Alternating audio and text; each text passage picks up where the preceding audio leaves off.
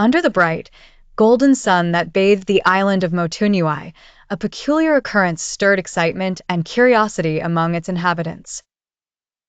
The legendary blue fox, a creature known only in myths and whispers, appeared mysteriously on their shores.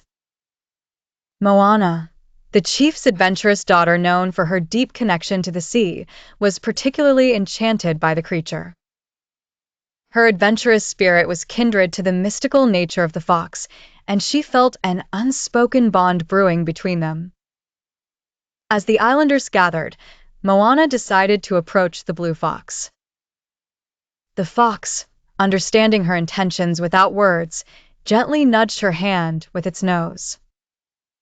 Instantly, Moana envisioned a scene where her beloved island was surrounded by ominous storm clouds and rising tides. Realizing that this was a warning, she understood that the appearance of the blue fox was no mere coincidence, it was a call to action. With the approval of her grandmother, who believed in the spirituality and magic of their world, Moana set out to save her island. She prepared her raft with essentials and supplies for the unexpected journey that awaited. The blue fox, seemingly knowing what was to come, joined her on the vessel, its eyes gleaming with determination.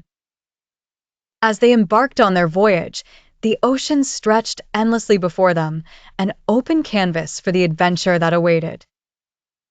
The blue fox quickly proved to be a comforting companion. It would often sit close to Moana, letting its soothing energy emanate, especially when the winds grew fierce and the waters rough. Their course was set towards the mystical island of Te Whiti, deep within the heart of the ocean, where they believed the solution to their problem lay.